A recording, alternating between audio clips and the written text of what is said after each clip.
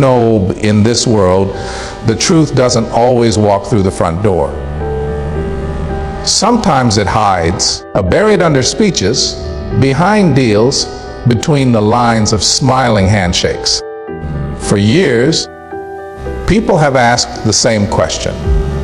Why would a nation like India turn its back on trade with America?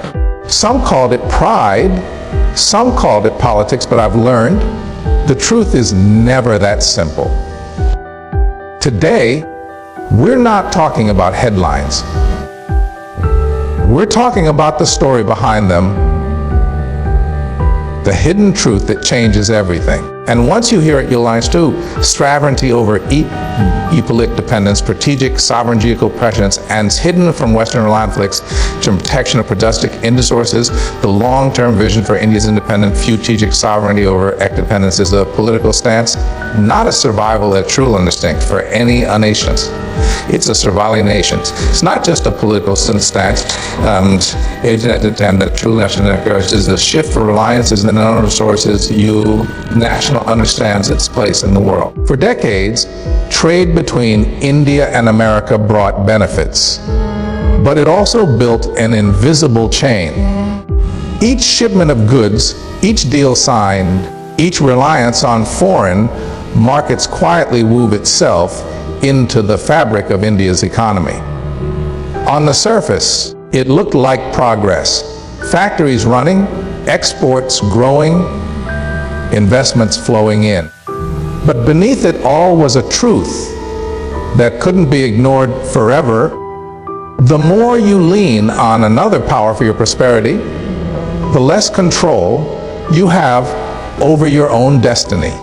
In the modern geopolitical arena, economic dependence is a subtle form of influence, sometimes more powerful than military might. A nation that relies too heavily on another for trade, technology, or raw materials opens itself to being shaped, pressured, even manipulated. Tariffs can be raised overnight, sanctions can appear without warning, and vital supplies can suddenly stop flowing. For India, a country with ambitions not just to grow but to lead, this was an unacceptable risk. Strategic sovereignty meant reclaiming control over what mattered most, its own economic engine. This wasn't a decision born out of pride alone. It was calculated, deliberate. India understood that in a rapidly shifting global order, every major player was positioning itself to protect its interests first. America, with all its power and reach, would always act in its own best interest. India needed to do the same, building a self-reliant economy, diversifying trade partners, and investing in domestic production weren't just policies. They were acts of protection, layers of armor against uncertainty.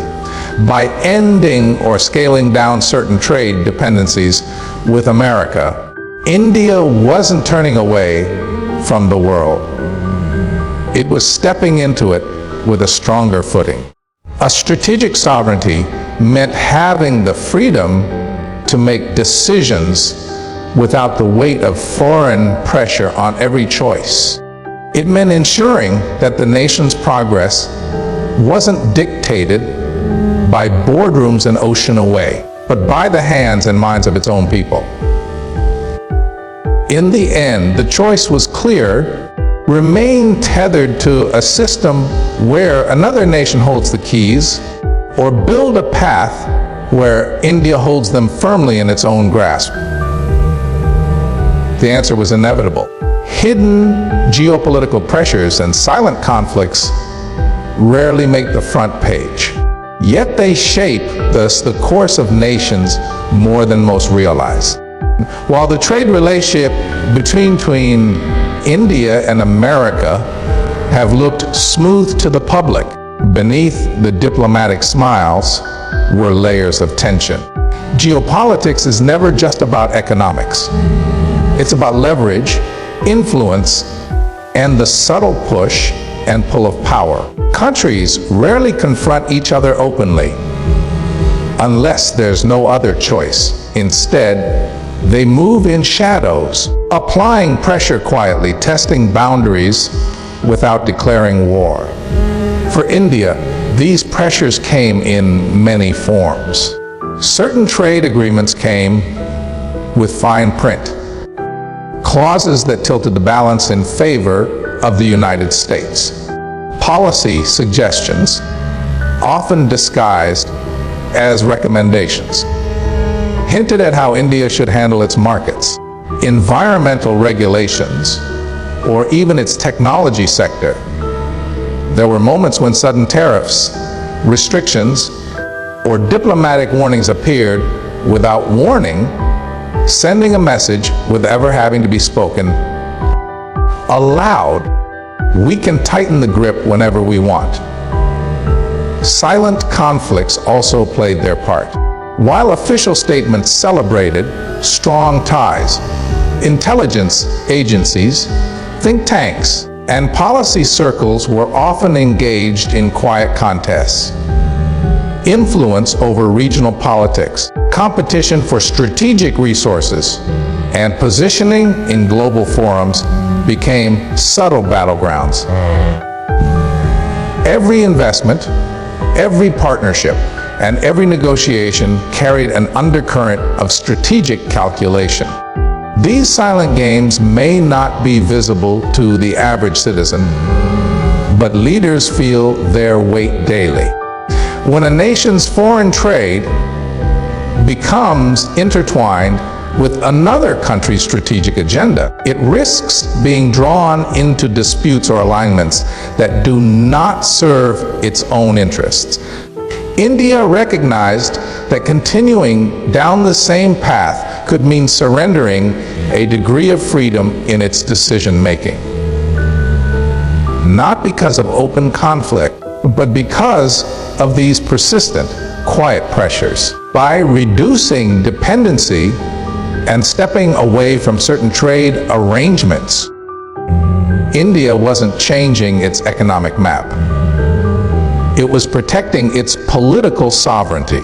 It was a signal that it would no longer operate under the unspoken rules set by others. The move was less about confrontation and more about removing the levers others could pull in moments of disagreement. In the world of geopolitics, silence often hides the loudest battles. India chose to walk away from the table before those battles shaped its future more than it could control. The shift from Western reliance to Eastern alliances was not a sudden turn, but a carefully navigated transition born out of necessity and vision. For decades, India's economic and diplomatic pathways leaned heavily toward the West, particularly the United States and Europe. These relationships offered access to markets, technology, and investment, but they also came with certain expectations and constraints. Over time, it became clear that the global order was changing, and so too were the centers of power. The rise of Asia, both economically and strategically, presented India with an opportunity to reshape its partnerships in a way that aligned better with its long-term interests. This shift wasn't just about diversifying trade partners, it was about recalibrating India's place in the world. Nations like China, Russia, members of ASEAN, and Gulf countries began playing increasingly significant roles in global economics and energy security. Many of these countries shared more immediate regional concerns and economic complementarities with India than far-off Western powers. Trade with Eastern partners often came with fewer political conditions and more focus on mutual benefit. Energy security was a major driver in this change. The Middle East, and Central Asia offered stable and sometimes preferential energy arrangements, critical for fueling India's growing economy. Similarly, Eastern manufacturing hubs provided opportunities for supply chain integration without the political strings often attached by Western agreements. As infrastructure projects like the International North-South Transport Corridor and new maritime routes expanded, India saw a future where its economy was more closely linked with neighboring and regional economies rather than being overly dependent on transatlantic trade. Culturally and historically, India also shared deeper ties with many Eastern nations. Shared histories of colonial resistance, cultural exchange, and geographic proximity made it easier to build trust and long-term cooperation. The diplomatic language was often less about control and more about partnership. This created an environment where India could negotiate from a position of strength rather than concession. The move away from Western reliance was not a rejection of those relationships, but a rebalancing of priorities. India understood that no nation should place all its economic eggs in one basket, especially when that basket sits across an ocean and under another's control. By cultivating Eastern alliances, India positioned itself in a growing network of emerging powers, ensuring that its trade, diplomacy, and security were anchored in a more balanced, resilient foundation for the decades ahead. Protection of domestic industries and national resources has always been a cornerstone of sustainable national growth. But in a globalized economy, it is also one of the hardest goals to maintain. When foreign trade agreements heavily favor imports, domestic producers can quickly find themselves squeezed out of their own markets. For India, years of open trade with America brought in a flood of foreign goods, technologies, and services.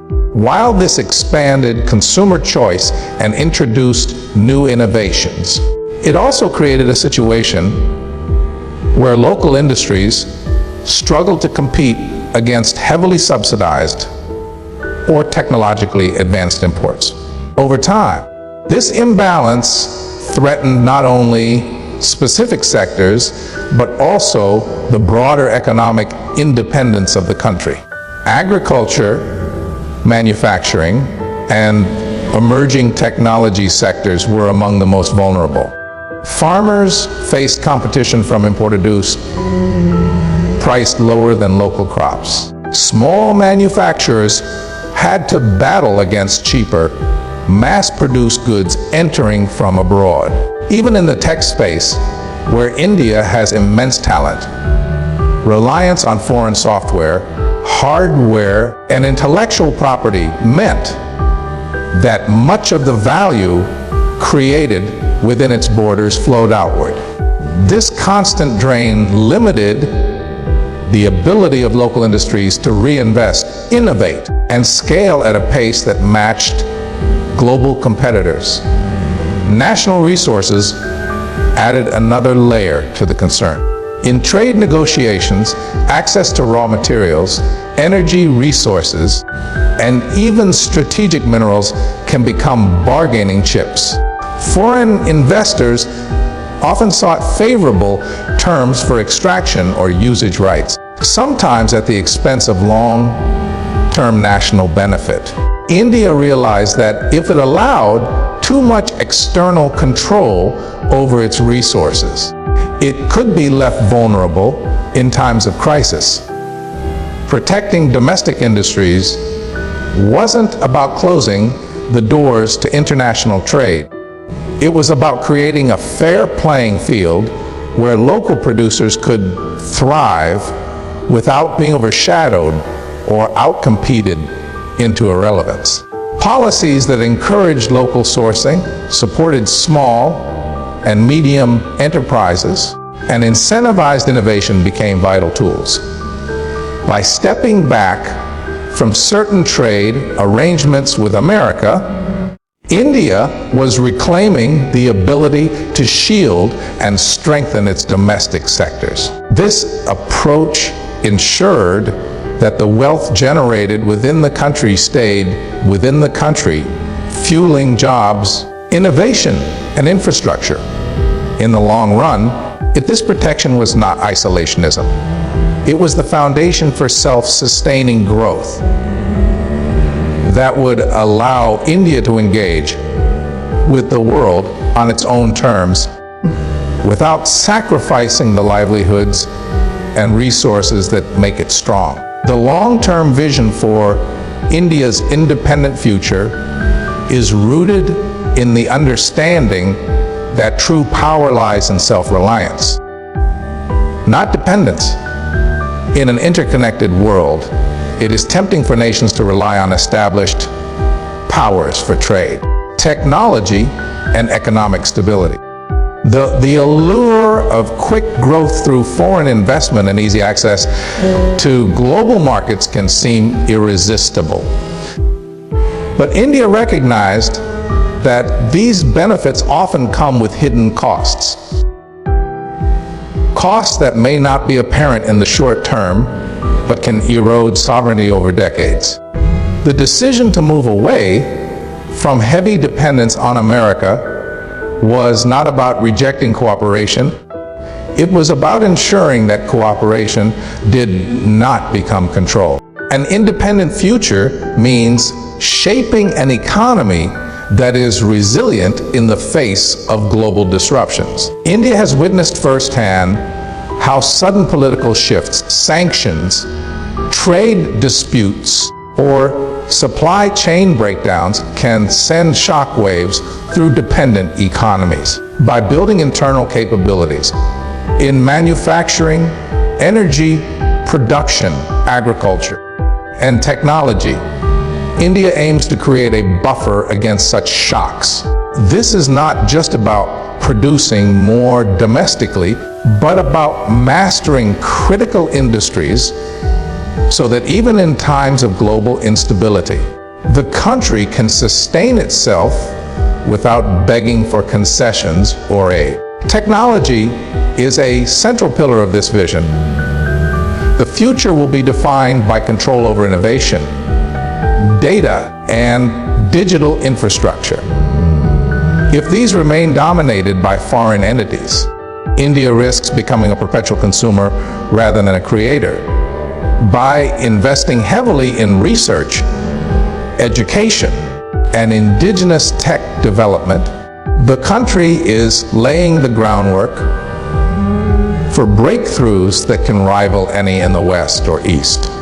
This approach not only boosts economic security, but also positions India as a leader in emerging global industries rather than a follower. Energy independence is another priority. A future built on renewable energy, diversified energy imports, and localized power production will protect the nation from the volatility of global oil and gas markets. By securing its own energy sources, India can insulate its economy from the geopolitical turbulence that often disrupts resource flows. On the geopolitical front, the long-term vision is to stand as a global power that does not rely on alliances out of necessity, but chooses partnerships from a position of strength. This means engaging with multiple regions, Asia, Africa, Europe, and the Americas, while ensuring no single partner holds undue influence over its policies or economy. Ultimately, India's independent future is about freedom. The freedom to make decisions based on national interest without foreign pressure dictating the terms. It is about building a nation that can anyone yet to trade with anyone, depend on no one. That can adapt to change yet remain anchored in its own strengths. This vision may take decades to fully realize, but every step away from over-reliance on any single foreign power is a step toward a destiny where India's future is written by India alone. In the end, this journey was never about turning away from the world. It was about stepping into it with a clear vision and stronger footing. The decision to end certain trade dependencies with America was not a declaration of hostility, but a declaration of independence. It was a statement that India will chart its own course, guided not by the expectations of others, but by the needs of its people and the promise of its future. Every nation faces a choice to be shaped by the tides of global politics or to shape its own destiny. India has chosen the latter. By protecting its industries, safeguarding its resources, diversifying its alliances, and removing the subtle levers of external control, it has set a path towards sovereignty that cannot be bargained away. The road ahead will not be easy. Self-reliance demands discipline, foresight, and sacrifice, but it will be a road where every step is taken on India's own terms. The world will watch, some with admiration, others with doubt.